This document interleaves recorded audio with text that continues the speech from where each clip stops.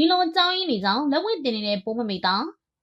ဆိုတာကတော့ရိုးရိုးရင်လေးနဲ့လှပတဲ့အလှပိုင်ရှင်လေးတို့ဖြစ်ပါတယ်အထူးသဖြင့်ပိုးမမိတာဟာနူးနူးညံ့ညံ့ဆရာဝန်တရားမင်းသမီးတက်လက်ပါဒါပေမဲ့လည်းခုဆိုရင်တော့လူပညာရှင်လန်းနေစိတ်လာတဲ့ပိုးမမိတာတရားကိုခံလက်ဝှေ့ပညာတွေကိုသင်ယူနေပြီလို့သိရပါတယ်။ကျောင်းရင်းကတော့ဒီလိုပါကပူးလေးဆိုတဲ့စကားမှာမင်းသားနေဝင်မင်းသမီးပိုးမမိတာတို့ကပါဝင်ကြမှာဖြစ်ပြီးတော့ဒီကားထဲမှာပိုးမမိတာအနေနဲ့ body cut character နဲ့မြင်တွေ့ရမယ်လို့သိရတာပါ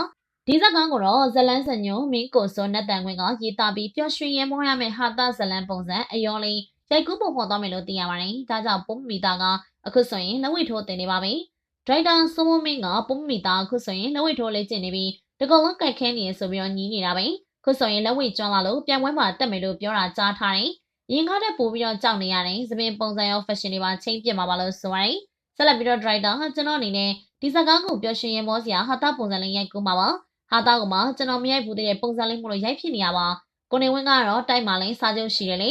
ပုံမမီတာနဲ့ကကျွန်တော်နဲ့ပထမဆုံးရိုက်ဖိုးတာပါဒီကားကဟာတာကားဆိုပေမဲ့ပြောင်ပြက်သွားတဲ့ဟာတာကတော့မဟုတ်ဘူးအတီကိုမှ plot လေးနဲ့ရေးစရာလေးဖန်တီးမှာပါမှန်တကယ်တော့ဇက်ရဲ့ပုံစံတက်တော်ဆောင်ကမှအဲ့နာမည်လေးပေးပြတာပါလို့ဆက်ပြောပါတယ်ပုံမမီတာကလက်ရှိမှာတော့ကျွန်တော်တွေမှာပါဝင်တရုပ်ဆောင်နေရတယ်လို့ music video တွေမှာလည်းပါဝင်ဖြစ်နေရလို့ဆိုပါတယ်တရုပ်ဆောင်နေနဲ့ character တစ်ခုမှာပိုင်နိုင်စွာတရုပ်ဆောင်ဖို့အတွက်လေ့လာပြီးမှသာစကားရိုက်ဖို့စဉ်းစားပြခဲ့လို့ဆိုပါတယ်